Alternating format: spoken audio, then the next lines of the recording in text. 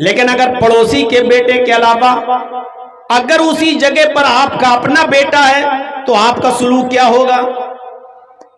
کیا آپ یہی کریں گے جو پڑوسی کے بیٹے کے ساتھ کرتے ہیں؟ نہیں. آپ کا اگر اپنا بیٹا ہوگا تو آپ اپنے بیٹے کے علاج کے سلسلے میں سرکاری نوکری بھی چھوڑ دیں گے. 2-4 دن میں نہیں آؤں گا، میرا بیٹا بیمار ہے، تنخواہ کٹے گی تو کاٹ لینا، لیکن میں اپنے بیٹے کو دیکھوں گا. آپ نوکری چھوڑ دیں گے، آپ بزنس کرتے ہیں تو بزنس چھوڑ دیں گے، آپ اپنے شہر سے دوسرے شہر مال بیچنے جاتے ہیں، آپ دوسرے شہر کا سفر ترک کر دیں گے. اور ہاسپٹل میں پڑوسی کے بیٹے کو تو آپ آدھا گھنٹہ 1 گھنٹہ دے رہے تھے، اپنے بیٹے کے لیے آپ 24 گھنٹے دیں گے. پڑوسی کے بیٹے کے لیے تو آپ نے 2-4-5 ہزار روپے سے مدد کی، لیکن اپنے بیٹے کے لیے آپ تجوری کا منہ کھول دیں گے. 10 لاکھ روپیہ آپ اپنے بیٹے کی علاج میں خرچ کر دیں گے، اور لاکھوں روپیہ خرچ کرنے کے بعد بھی اگر بیٹے کا علاج نہیں ہو رہا ہے اور پیسوں کی ضرورت ہے تو اپنی بیوی کا زیور تک آپ بیچ دیں گے اور اپنے بیٹے کا علاج کرائیں گے. کیوں؟ کیونکہ آپ کا حقیقی بیٹا ہے. تو آپ اپنے بیٹے کے ساتھ جو سلوک کرتے ہیں وہ پڑوسی کے بیٹے کے ساتھ یا دوسرے کی اولاد کے ساتھ آپ کا وہ سلوک نہیں ہوتا ہے، حالانکہ نفرت نہیں ہے اس سے آپ کو. یہی قرآن کہہ رہا ہے مسلمان بھی تمہارے بھائی ہیں اور غیر مسلم بھی تمہارے بھائی ہیں، تم سب ایک ہی باپ کے اور ایک ہی ماں کے بیٹے ہو، لیکن جو سلوک، جو خوبی اور جو برتاؤ آپ کا ایک مسلمان کے ساتھ ہونا چاہیے، مسلمان کو جو ترجیح آپ دیں گے وہ کسی غیر مسلم کو آپ نہیں دے سکتے، لیکن ان کے اوپر ظلم نہیں کریں گے آپ. انما المؤمنون اخوہ، ساری دنیا کے مسلمان آپس میں بھائی بھائی ہیں. آگے آیت کا دوسرا ٹکڑا ہے وہ بعد میں پیش کروں گا، پہلے بتا دوں کہ بھائی ہیں. ایمانی رشتے سے آپ کا جو بھائی ہے، کلمہ پڑھ لیا وہ آپ کا بھائی ہے. اس بھائی کی اہمیت سگے بھائی سے زیادہ ہو جاتی ہے اگر وہ اسلام پر نہیں ہے تو. غور سے سنیے گا میری بات. ایک انسان اسلام لے آیا، کافر تھا پہلے، آج اس نے کلمہ پڑھ لیا، اشہد ان لا الہ الا اللہ و اشہد ان محمد عبدہ و رسولہ، اس نے کلمہ پڑھ لیا. اس ایمانی رشتے سے وہ آپ کا جو بھائی بن گیا. اگر آپ کا سگا بھائی اسلام پر نہیں ہے تو اس ایمانی رشتے سے جو آپ کا بھائی بنا ہوا ہے، جو مسلمان ہوا ہے یہ آدمی، اس کی جو اہمیت ہے وہ سگے بھائی کی بھی اہمیت اب وہ نہیں رہی. اور اس کی دلیل کیا ہے؟ آپ لاکھ کہیے وہ میرا بھائی ہے، اگرچہ بھٹک گیا، اگرچہ بہک گیا، اگرچہ اسلام نہیں لایا، لیکن آپ کی نظر میں اس مسلمان کی اہمیت زیادہ ہونی چاہیے جو کلمہ پڑھ کر اسلام لے آیا. ایک واقعہ سناتا ہوں جس کو امام بخاری رحمۃ اللہ علیہ نے نقل کیا ہے، بہت غور سے سنیے گا میرے بھائی. اس واقعے سے آپ کو بہت کچھ ملے گا. جنگ بدر ہو رہی ہے اور جنگ بدر ایسی جنگ تھی جس کے اندر اگر باپ نبی کے ساتھ ہے تو بیٹا ابو جہل کے ساتھ ہے. ایک بھائی نبی کا ساتھ دے رہا ہے تو دوسرا بھائی ابو جہل کا ساتھ دے رہا ہے. یہ ایسی جنگ تھی. جنگ بدر کے اندر حضرت ابو بکر صدیق محمد رسول اللہ کی طرف سے لڑ رہے تھے تو ابو بکر صدیق کا بیٹا ابو جہل کی طرف سے لڑ رہا تھا. عجیب جنگ تھی. ایک بھائی ہے مصعب ابن عمیر، عمیر کا بیٹا، صحابی، کیا نام ہے؟ مصعب ابن عمیر. یہ صحابی محمد رسول اللہ کی طرف سے لڑ رہے ہیں، لیکن مصعب ابن عمیر کا سگا بھائی جس کا نام ہے عدی ابن عمیر، یہ ابو جہل کا ساتھ دے رہا ہے، یہ کافروں کا ساتھ دے رہا ہے. ایک بھائی نبی کی طرف سے لڑ رہا ہے اور دوسرا بھائی نبی کے دشمن ابو جہل کی طرف سے لڑ رہا ہے. یہ بڑی عجیب جنگ تھی. اور آپ کو یہ اچھی طریقے سے معلوم ہوگا جب یہ جنگ ختم ہوئی تو نبی اکرم کو شاندار فتح، شاندار کامیابی ملی اس جنگ کے اندر. 70 کافر مارے گئے اس جنگ بدر میں، 70 کافر مارے گئے اور 70 ہی کافروں کو قید کر لیا گیا۔ جو بتانا ہے وہ یہ کہ جن کافروں کو قید کیا گیا ان کافروں میں مصعب ابن عمیر کے بھائی عدی ابن عمیر بھی شامل ہیں، ان کو بھی قید کر لیا گیا۔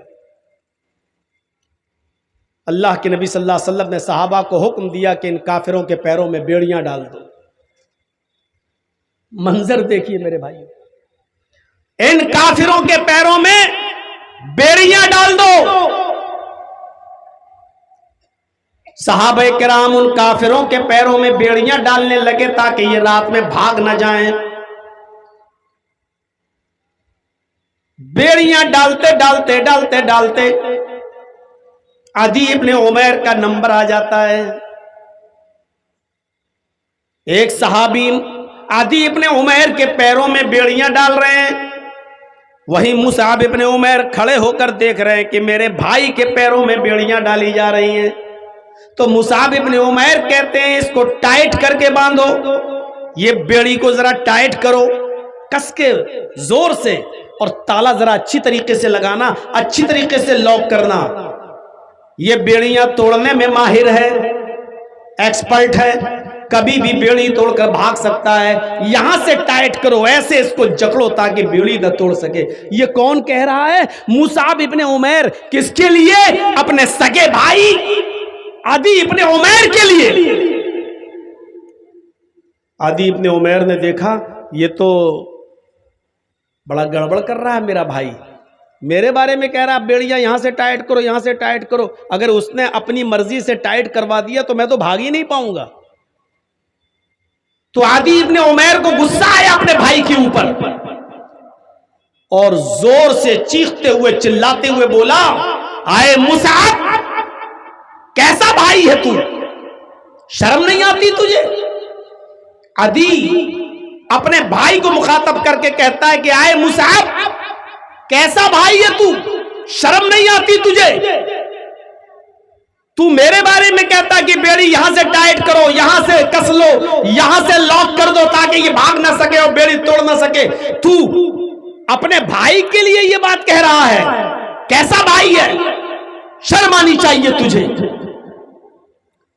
مصعب ابن عمیر نے جب یہ سنا کہ مجھے للکارتے ہوئے کہہ رہا ہے کہ کیسا بھائی ہے، تو مصعب ابن عمیر نے بھی للکارتے ہوئے کہا، خاموش، چپ، کیسا بھائی؟ کون بھائی؟ میں تجھے اپنا بھائی نہیں مانتا۔ کیسا بھائی؟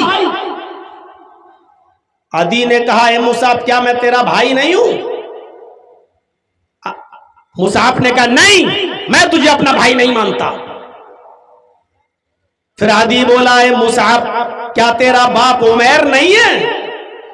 مصعب نے کہا، ہاں میرا باپ عمیر ہے۔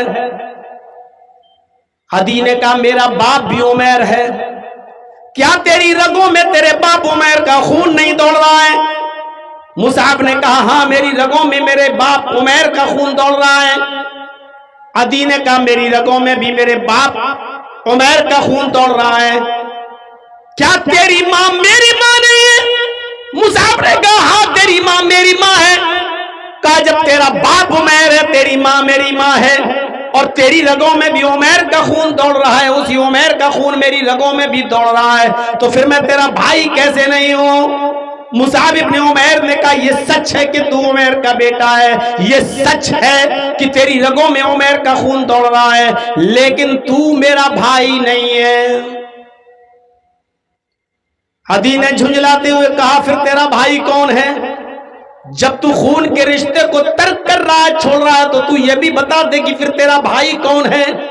مصعب ابن عمیر نے روتے ہوئے کہا، آئے عدی، میرا بھائی وہ ہے جو تیرے پیروں میں بیڑیاں ڈال رہا ہے، جو تیرے پیروں کی بیڑیوں کو ٹائٹ کر رہا ہے، جو تیرے پیروں کی بیڑیوں کو کس رہا ہے، یہ میرا بھائی ہے۔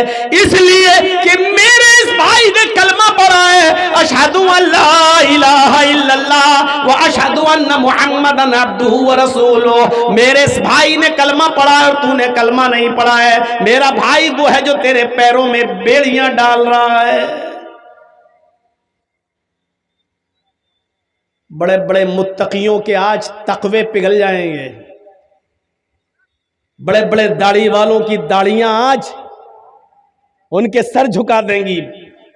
بڑے بڑے تہجد پڑھنے والے تہجد گزاروں کے سر جھک جائیں گے. لمبی داڑھی رکھ لی, تہجد کی نماز پڑھ لی, نماز پڑھتے پڑھتے نماز پٹی کا, اور حالت یہ ہے کہ 10 سال گزر گئے میرا پڑوسی مجھ سے بات نہیں کرتا ہے.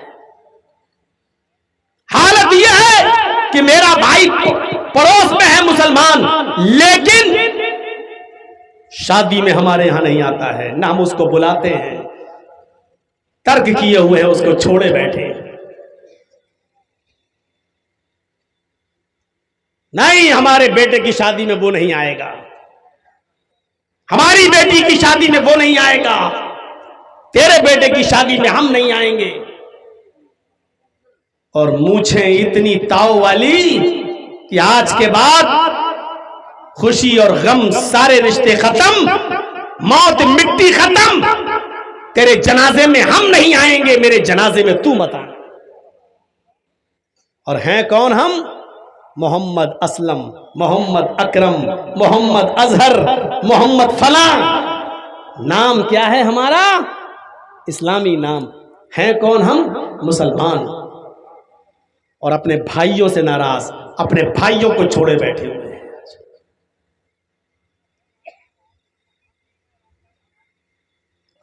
اسی لیے وہ حدیث میں نے شروع میں پڑھی تھی, اگر کوئی مسلمان اپنے کسی مسلمان بھائی سے 3 دن سے زیادہ ناراض رہتا, 3 دن سے زیادہ بات چیت نہیں کرتا ہے, 3 دن سے زیادہ چھوڑے رہتا ہے, تو اس کی کوئی فرض, کوئی سنت, کوئی نفل اللہ رب العالمین کے یہاں قبول نہیں, کوئی روزہ اللہ کے یہاں قبول نہیں.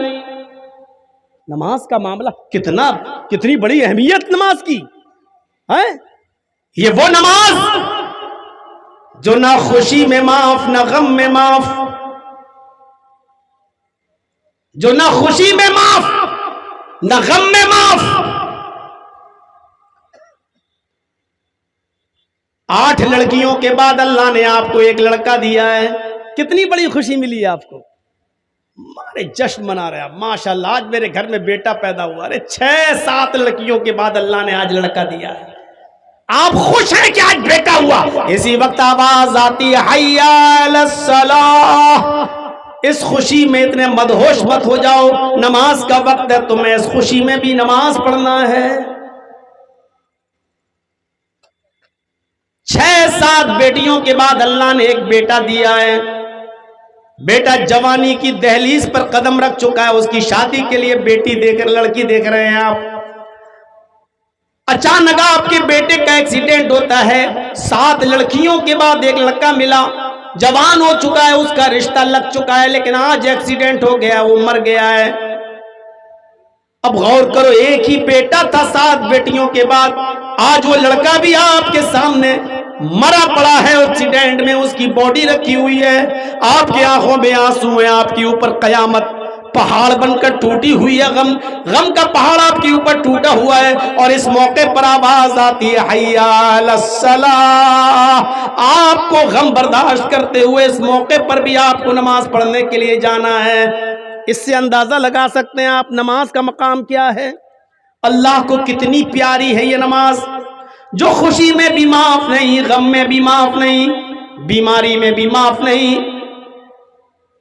کھڑے ہو کر پڑھو, طبیعت خراب ہے, کھڑے ہونے کی طاقت نہیں ہے تو بیٹھ کر پڑھو, بیٹھ کر پڑھنے کی طاقت نہیں ہے کروٹ سے پڑھو, کروٹ سے پڑھنے کی طاقت نہیں ہے تو آنکھ کے اشارے سے پڑھو, آنکھ کے اشارے سے پڑھنے کی طاقت نہیں ہے تو ہونٹ ہلا کر پڑھو, لیکن آپ کو ہر حال میں نماز پڑھنا ہے. اتنی پیاری ہے اللہ کی نظر میں یہ محبوب نماز کہ اللہ اس کو کسی بھی کنڈیشن میں اللہ نے اس کو معاف نہیں کیا ہے. لیکن یہ نماز بھی آپ کی قبول نہیں ہوگی, اتنی بڑی عبادت بھی آپ کی قبول نہیں ہوگی اگر آپ کا مسلمان بھائی آپ سے 3 دن سے زیادہ ناراض ہے. صحیح حدیث کے اندر یہ روایت ملتی ہے کہ اللہ کے نبی صلی اللہ علیہ وسلم کی بیٹی حضرت فاطمہ حضرت علی سے ناراض ہو کر کسی بات پر چلی آئیں گھر. میاں بیوی، علی شوہر ہیں، ہوتا ہی ہے میاں بیوی میں کبھی کبھی مزاج نہیں ملتے، کھٹک جاتی ہے بات. حضرت فاطمہ اپنے گھر چلی آئیں حضرت علی سے ناراض ہو کر. اللہ کے نبی صلی اللہ علیہ وسلم کی نظر پڑی بیٹی پر، سمجھ گئے بیٹی کچھ مایوس ہے، اداس ہے. باپ نے اپنی بیٹی کا چہرہ پڑھ لیا، پوچھا بیٹی کیا بات ہے؟ رونے لگی. آپ نے ان کو سینے سے لگایا، فرمایا بیٹی مجھے بتاؤ کیا ہوا؟ تم میری لخت جگر ہو، میرے دل کا ٹکڑا ہو، کیا بات ہے؟ کہا ابو میں علی سے ناراض ہو کر چلی آئی. لیڈیز آئی ہیں نا، ماں بہنیں موجود ہیں نا جلسے میں، سنو. دن بھر فون کر کے اپنی لڑکیوں کو پہاڑے پڑھانے والی ہو، اپنے لڑکیوں کو شہ دینے والی ہو، ایسے گھر میں رہو. ارے ایسے کیسے تیری ساس ایسا کر سکتی ہے؟ ارے تیری نند ہوتی کون ہے تیرے معاملے میں دخل دینے والی؟ دن بھر موبائلوں پر اپنی بیٹیوں کو سبق پڑھانے والی ہو. سنو، اللہ کے نبی اپنی بیٹی سے کہہ رہے ہیں بیٹی کیوں؟ میں علی سے ناراض ہو کر چلی آئی. آپ نے یہ نہیں پوچھا کیا ہوا، کس بات پہ ناراض ہوئی، یہ نہیں کہا. یہاں وہ باپ اور ماں کیا جو اپنی بیٹی سے پوچھا اچھا کیا ہوا، اچھا بتا تو کیا کیا تیرے ساتھ تیرے شوہر نے، بتا تو، مارا ہے، کیا کیا تیرے ساتھ؟ اللہ کے نبی کچھ نہیں پوچھ رہے، اللہ کی قسم کچھ نہیں پوچھ رہے. بیٹی ناراض ہو کر آئی. بیٹی نے بس اتنا کہا اللہ کے نبی سے میں علی سے ناراض ہو کے آئی ہوں ابو. آپ نے یہ نہیں پوچھا ناراضگی کس بات پر ہوئی، یہ نہیں کہا غلطی تیری کہ اس کی، کچھ نہیں. آپ اپنی بیٹی کے پاس بیٹھے تھے، اٹھ گئے، کھڑے ہو گئے، اور کھڑے ہونے کے بعد فرمایا میری بیٹی اسی وقت سامان اٹھاؤ اور علی کے گھر واپس جاؤ، اسی وقت تم اپنے شوہر کے گھر میں واپس جاؤ. ابو میں نہیں جاؤں گی. فرمایا بیٹی سن لو، اگر تم علی کے گھر اس وقت واپس نہیں گئی اور میرے گھر میں تیرا انتقال ہو گیا، میرے گھر میں اگر تم مر گئی، میرے گھر میں اگر تمہاری روح قبض ہو گئی، تمہارا انتقال اگر میرے گھر پہ ہو گیا تو قسم ہے اس ذات کی جس کے قبضے میں محمد کی جان، تیرے باپ کی جان ہے، اگر میرے گھر میں تیرا انتقال ہو گیا تو تیرا باپ محمد تیرا جنازہ نہیں پڑھائے گا، تیرا باپ محمد تیرا جنازہ نہیں پڑھائے گا. اسی وقت اٹھو اور چلی جاؤ. یہ ہوتے ہیں گھر بنانے کے طریقے. حجنے سن رہی ہیں نا، یہ گھر کی عورتیں زیادہ بگھیڑے کرتی ہیں، یہی گھر زیادہ بگڑواتی ہیں. سیریل دیکھ رہی ہیں نا، ساس بھی کبھی بہو تھی، پاکستانی ڈرامے گھروں میں دیکھے جا رہے ہیں، وہی چیزیں اپنے گھروں میں اپنی بیٹیوں کو ان کے سسرال میں جانے کے بعد بتائے جا رہے ہیں اور پڑھائے جا رہے ہیں. اللہ کے نبی نے فرمایا بیٹی اٹھو، اسی وقت جاؤ، اگر تمہارا انتقال ہو گیا میرے گھر میں تو یاد رکھنا محمد تمہارا جنازہ نہیں پڑھائے گا. اپنے شوہر سے ناراض ہو کر اگر بیٹی آئے اور انتقال کر جائے اور اس حال میں کہ شوہر اس سے ناراض ہو تو محمد رسول اللہ بھی اس کا جنازہ پڑھانے سے انکار کر رہے ہیں. جو عورتیں مر جاتی ہیں اپنے گھروں میں، اس حال میں مرتی ہیں کہ ان کے شوہر ان سے ناراض رہتے ہیں اور ناراضگی کی حالت میں مر جاتے ہیں، بتاؤ دنیا کے کس مولوی کو ایسی عورت کا جنازہ پڑھانا چاہیے؟ کیا ایسی عورتیں حق رکھتی ہیں کہ ان کا جنازہ پڑھایا جائے؟ کیا ادھیکار ہے؟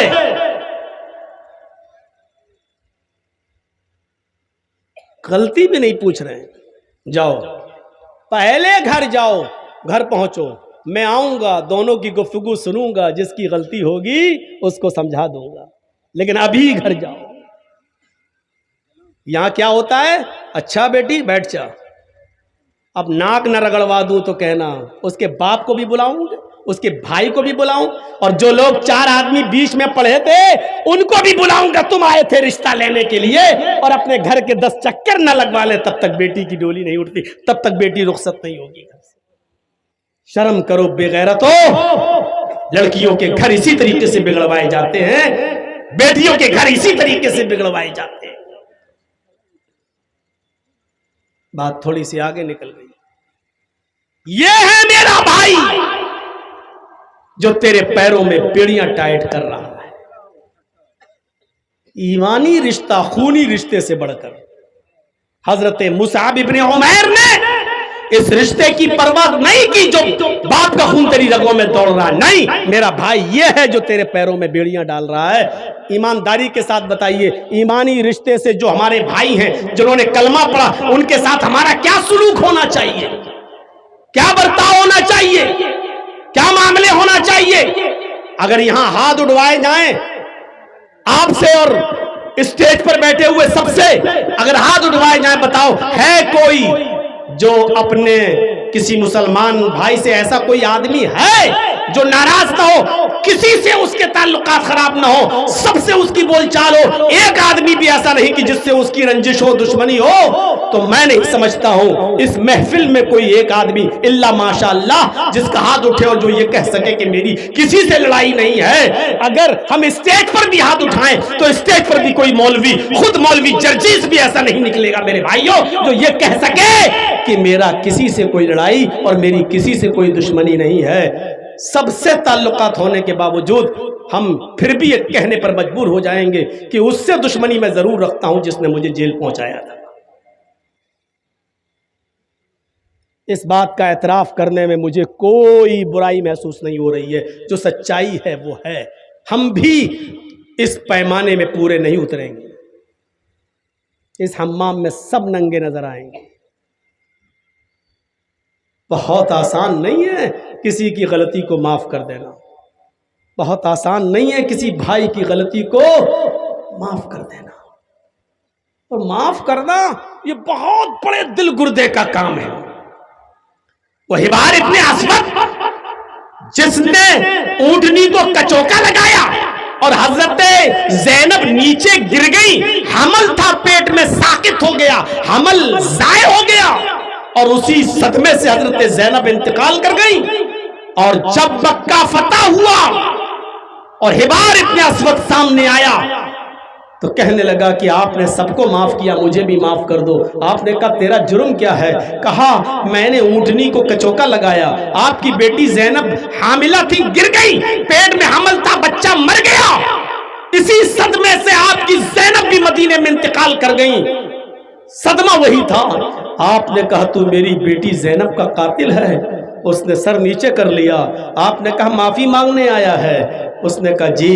آپ نے کہا حبار جا، میں نے تجھے بھی معاف کر دیا، اے حبار جا، میں نے تجھے بھی نظر انداز کر دیا، حالانکہ تو میری بیٹی کا قاتل ہے، تو نے مجھے تکلیف تو اتنی دی ہے کہ مجھے 23 سال میں 13 سال مکہ اور 10 سال مدینہ، اس 23 سال میں جتنی تکلیفیں سب نے مل کر دی ہیں ترازو کے پلڑے پر رکھ دی جائیں، اور میری بیٹی کا جس دن تو نے جان لیا، میری بیٹی کا جس دن تو نے کچوکا مارا اور اس کو گرایا اور اس کا انتقال ہوا، اس ایک دن کی تکلیف کو اگر ترازو کے دوسرے پلڑے پہ رکھا جائے تو آئے حبار اس ایک دن کی تکلیف میری 23 سال کی تکلیفوں پر بھاری ہوگی۔ لیکن جا، میری چوکھٹ پر معافی مانگنے آیا ہے، میں نے تجھے معاف کر دیا۔ یہ معاف کرنا ہر کسی کے بس کی بات کہاں ہے میرے بھائیوں، یہ بہت بڑے کلیجے کا کام ہے۔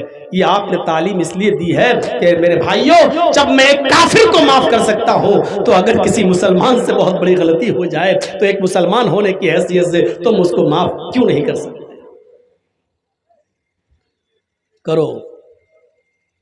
اور بہتر انسان وہ ہے جو زندگی میں جلدی سے معافی تلافی کر کے اپنے معاملے کو حل کر لے۔ بڑی محنت کی تھی اللہ کے رسول نے یہ بھائی چارہ پیدا کرانے کے لیے، بڑی محنت کی تھی۔ آپ کو معلوم نہیں حالات کیا تھے عرب کے؟ ایک آدمی کی بکری دوسرے کے کھیت میں چلی گئی، دوسرے محلے میں، دوسرے گاؤں میں، دوسرے قبیلے میں، اور دوسرے قبیلے کے آدمی کے کھیت میں جا کے تھوڑی سی گھاس کھا لی، بس بکری ہے کھالی، چلی گئی ٹہلتے ہوئے دوسرے محلے میں، اور اس گاؤں میں جا کر دوسرے کے قبیلے میں گھاس کھا لی۔ وہ بکری کو پکڑ کے لایا اور اس آدمی کے پاس لا کر کہتا اپنی بکری پکڑ اور باندھ کے رکھ، میرے کھیت میں کیسے آئی؟ آج چھوڑ رہا ہوں لیکن آئندہ اس بکری کو باندھ کے رکھنا۔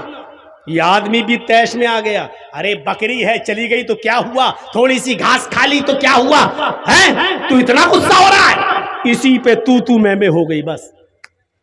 اس نے کہا سنبھال کے رکھ آئندہ نہ ہے۔ اس نے کہا بکری ہے چلی گئی تو کیا ہوا؟ کہا ایک تو میں سمجھانے آیا ہوں، اوپر سے سینہ جوری کر رہا ہے، ارے تو کیا ہوا، کیا کر لے گا تو؟ بس بات بڑھی اور بڑھتے بڑھتے یہ قبیلوں کی جنگ ہو گئی، اس خاندان اس خاندان کی جنگ ہو گئی۔ میرے بھائیو زاد المعاد پڑھیے علامہ ابن قیم کی، یہ جنگ جب چلی دونوں قبیلوں کے درمیان تو یہ جنگ 27 سال تک چلتی رہی۔ کتنی اجڑ قوم تھی، کتنی خرافاتی قوم تھی یہ عرب کی قوم، اتنی سی بات پر جنگ چلی تو کتنے سال؟ 27 سال تک جنگ چلتی رہی، اور دونوں طرف سے مرنے والوں کی تعداد جب گنی گئی تو کتنے آدمی مر چکے تھے دونوں طرف سے 27 سال میں؟ 40,000۔ لیکن جنگ بند نہیں ہوئی۔ اتنی اجڑ قوم کو محمد رسول اللہ نے اپنے اعلیٰ اخلاق سے جب بھائی بھائی بنایا تو یہ حال پیدا ہو گیا۔ ایسی اجڑ اور ایسی خرافاتی قوم کے اندر جب بھائی چارہ پیدا کیا تو ایسا بھائی چارہ پیدا کر دیا کہ جنگ یرموک کے اندر 3 صحابی زخمی پڑے ہیں، اٹھنے کی طاقت نہیں ہے، لڑتے لڑتے زخمی ہو گئے۔ ایک صحابی پانی کا پیالہ لے کر ایک کے پاس جاتا ہے، اپنے بھائی کو اٹھاتا ہے، میرے بھائی پانی پی لو۔ جیسے ہی پانی کا پیالہ اس کے ہونٹوں تک جاتا ہے، دوسرا صحابی جو زخمی ہے وہ چیختے ہیں، ارے تھوڑا سا پانی اگر بچ جائے تو مجھے بھی پلا دینا، میں بھی پیاسا ہوں۔ اس پیاسے صحابی نے، اس زخمی نے جب سنا کہ میرا بھائی جو زخمی پڑا ہے وہ بھی پیاسا ہے، اس نے پانی ہٹا دیا، پانی چھوڑ دیا، اپنے بھائی سے کہا اس بھائی کو زخمی کو پہلے پانی پلاؤ، شاید وہ مجھ سے بھی زیادہ پیاسا ہے۔ یہ آدمی اس آدمی کے پاس پانی کا پیالہ لے کر جاتا ہے، اس کے ہونٹوں پر پانی رکھتا ہے کہ تیسرا چیختا ہے میں بھی پیاسا ہوں، اگر پانی بچ جائے تو مجھے پانی دے دینا۔ اس دوسرے نے بھی ریفر کر دیا تیسرے کی طرف، وہ مجھ سے بھی زیادہ پیاسا نظر آتا ہے، میں نہیں پیوں گا، اس کو پلا دو۔ یہ آدمی اس تیسرے کے پاس جاتا ہے، اس کو زمین سے اٹھا کر اپنے سینے سے لگاتا ہے، پانی کا برتن اس کے ہونٹ تک لے جاتا ہے، لیکن دیکھتا ہے کہ اس کی جان آفری کے سپرد ہو گئی، یہ آدمی انتقال کر گیا۔ اس نے اس آدمی کو زمین پر لٹایا، لوٹ کر دوسرے کے پاس آیا، کیا دیکھتا ہے کہ دوسرا بھی اب پانی پینے کی پوزیشن میں نہیں ہے۔ وہ لوٹ کر پھر پہلے کے پاس آیا جہاں سے پانی پلانا شروع کرنا چاہتا تھا۔ جب وہ لوٹ کر پہلے کے پاس آیا تو کیا دیکھتا ہے کہ پہلا آدمی بھی اپنی جان آفری کے سپرد کر چکا، وہ بھی انتقال کر گئے، وہ بھی شہید۔ میرے پیارے ساتھیوں، ابھی تینوں پیاسے تھے، تینوں پانی مانگ رہے تھے، اس نے کہا اس کو پلاؤ، وہ مجھ سے زیادہ پیاسا، اس کو پلانے گئے، اس نے کہا اس کو پلاؤ، وہ مجھ سے زیادہ پیاسا۔ اس کے پاس پہنچے تو اس کا انتقال، دوسرے کے پاس آیا تو دیکھا دوسرا بھی انتقال کر گیا، پھر پہلے کے پاس آیا تو پہلا بھی انتقال کر گیا۔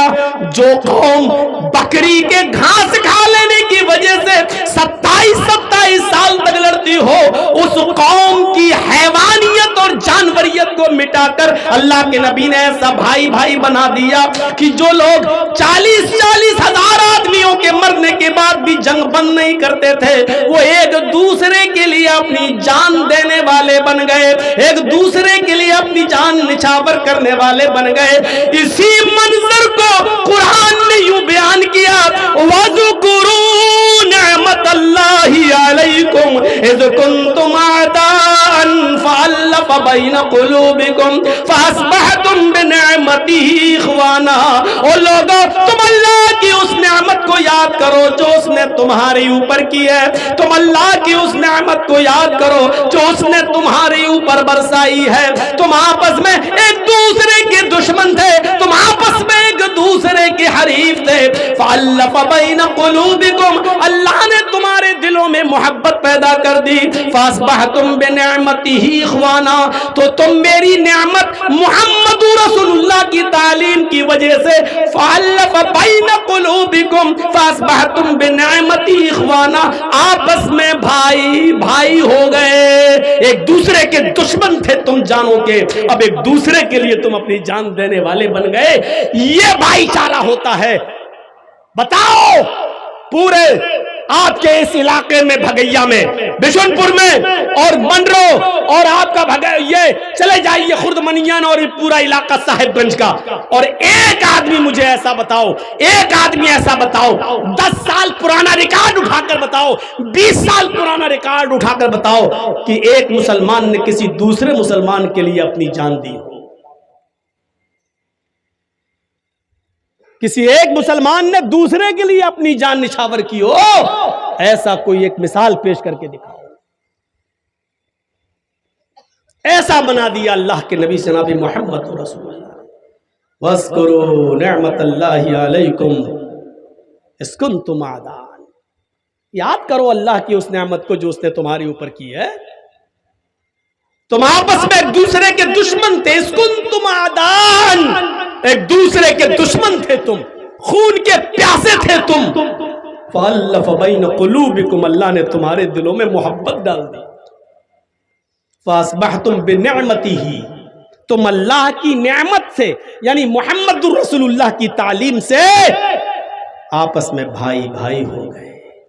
نبی نے ہمیں بھائی بنا دیا۔ اس رشتے کو ذرا دیکھیے آپ، یہ کوئی معمولی رشتہ نہیں ہے، یہ کوئی معمولی رشتہ نہیں ہے۔ آپ اس بات کا اندازہ لگائیں گے؟ سنیے، اچھا ٹھیک ہے، موقع ملا تو اس کو لاسٹ میں وہ ٹچ کروں گا۔ سنیے میرے بھائیوں، کس طریقے سے بھائی چارہ پیدا کر دیا۔ جنگ یرموک کا منظر آپ کے سامنے ہے۔ مسلمان تو وہ ہوتا ہے جو اپنے لیے جو چیز پسند کرے وہ اپنے بھائی کے لیے بھی وہی چیز پسند کریں گے۔ حافظ شمس الدین ذہبی نے اپنی کتاب تذکرۃ الحفاظ کے اندر ایک واقعہ نقل کیا، بڑا دلچسپ اور زبردست واقعہ، اور سنتے چلیے میرے بھائیوں اس واقعے کو۔ 2 صحابی کی دکان ہے، 2 صحابی کی دکان، ان کی بھی اس کی بھی، دونوں کپڑا بیچتے اور چپکی ہوئی دکان ہے پڑوس میں، دونوں صحابی اور دونوں کی 2 3 بیوی۔ ویسے تو صحابہ کرام میں کوئی ایک بھی ہمیں تو ایسا ملا نہیں کہ جس کی ایک بیوی ہو، ایک سے زیادہ ہی رہی، ایک آدھ رہی ہوگی، ہمارے علم میں نہیں ہے۔ ان کی بھی 2 3 بیوی، دونوں تینوں بیویوں سے بچے، کثیر العیال، دونوں کی کپڑے کی دکان۔ ایک کسٹمر آتا ہے اور ایک صحابی کی دکان میں کپڑے کو خریدنے کے لیے جاتا ہے، ایک تھان پسند آ جاتا ہے، وہ کپڑا لے کر چلا آتا ہے۔ میرے ساتھیوں ذرا غور سے سنیے گا، وہ آیا اور کپڑا لے کر چلا گیا، تھوڑی دیر کے بعد 1 آدھ گھنٹے کے بعد، ہم آج کے ٹائم کے حساب سے، اسی دکان پر ایک دوسرا آدمی آتا ہے، اس نے بھی ایک کپڑا پسند کیا اور کپڑے کا تھان لے کر چل دیا۔ تھوڑی دیر کے بعد ایک اور کسٹمر آتا ہے، اس نے بھی ایک کپڑا خریدا اور کپڑا لے کر چل دیا۔ اتنے میں ظہر کی اذان ہوتی ہے، دونوں صحابی جو کپڑا بیچتے ہیں، یہ دونوں ظہر کی نماز پڑھنے کے لیے چلے گئے۔ ظہر کی نماز پڑھنے کے بعد جب دونوں کپڑے کی دکان پر اپنی اپنی دکان پر بیٹھتے ہیں تو اس دکان پر ایک اور کسٹمر آتا ہے جس کے 3 تھان بک چکے ہیں۔ اسی دکان پر ایک اور کسٹمر آتا ہے، کہتا ہے کہ مجھے کپڑا چاہیے، ابھی ایک آدمی آپ کے یہاں سے لے کر گیا، اسی نے مجھے بھیجا۔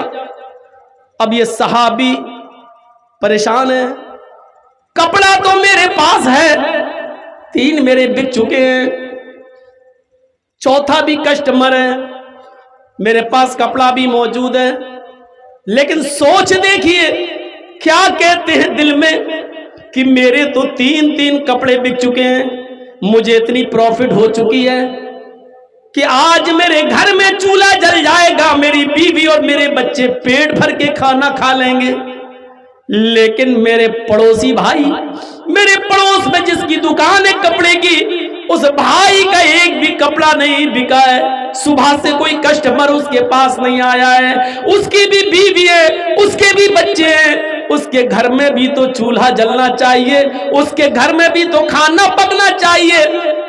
اس صحابی نے اس کسٹمر سے کہہ دیا کہ جو کپڑا تم خریدنے آئے ہو وہ میرے پاس اب نہیں ہے، اس سے بھی اچھا کپڑا تمہیں میرے پڑوسی کی دکان پہ مل جائے گا، تم چلے جاؤ، یہ بھی اچھا ہے، میری دکان سمجھو، وہ میرا بھائی ہے بیچنے والا، آپ کو اس سے بھی اچھا کپڑا وہاں مل جائے گا۔ اور اس نے اس کسٹمر کو پڑوسی کی دکان پر بھیج دیا، اس آدمی نے اس کپڑے کو وہاں سے لے کر چلا گیا، اس نے بھی بیچ دیا۔ میرے بھائیوں، اس زمانے میں بھی کپڑوں کی دکانیں قریب قریب ہوا کرتی تھی، لیکن کمپٹیشن کا دور نہیں تھا کہ ہم زیادہ بیچیں کہ تو زیادہ بیچے، وہاں دور یہ تھا کہ اگر تیرے 2 کپڑے بک گئے، میرے 2 کپڑے بک گئے تو میرے بھائی کا بھی بیچنا چاہیے، اس کے گھر میں بھی چولہا جلنا چاہیے۔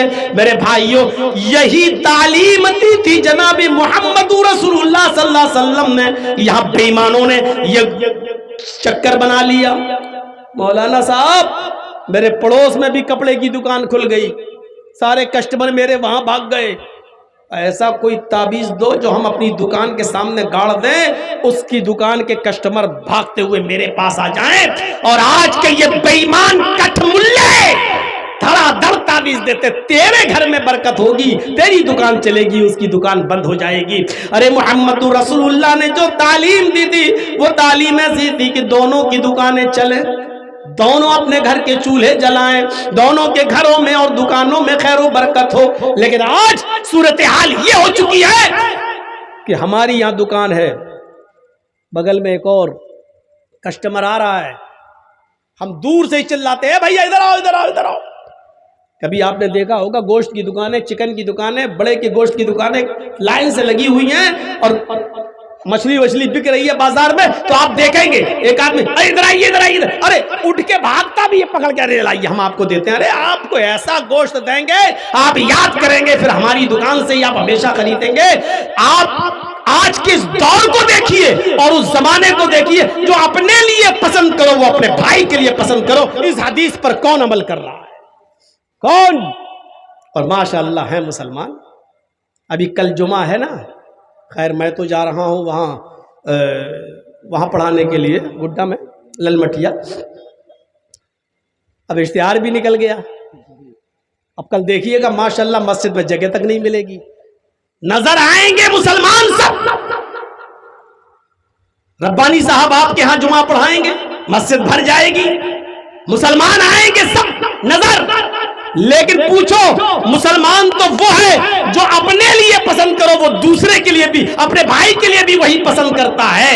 اللہ کے رسول نے مسلمان کی تعریف تو یہ کی ہے کہ المسلم من سلم المسلمون من لسانی و یدی، مسلمان وہ ہے کہ جس کی زبان سے اور جس کے ہاتھ سے دوسرے مسلمان کو تکلیف نہ ہو۔ کیا ہم مسلمان ہیں؟ ہماری زبان سے اور ہمارے ہاتھ سے کیا مسلمان محفوظ رہتا ہے؟ ہماری زبان سے اور ہمارے ہاتھ سے کتنے مسلمان محفوظ ہیں؟ ہم اندازہ لگائیں۔ ظلم کا حال تو پوچھو مت، کتنے امیر لوگ ایسے ہوں گے جنہوں نے اپنے پڑوسیوں کی ایک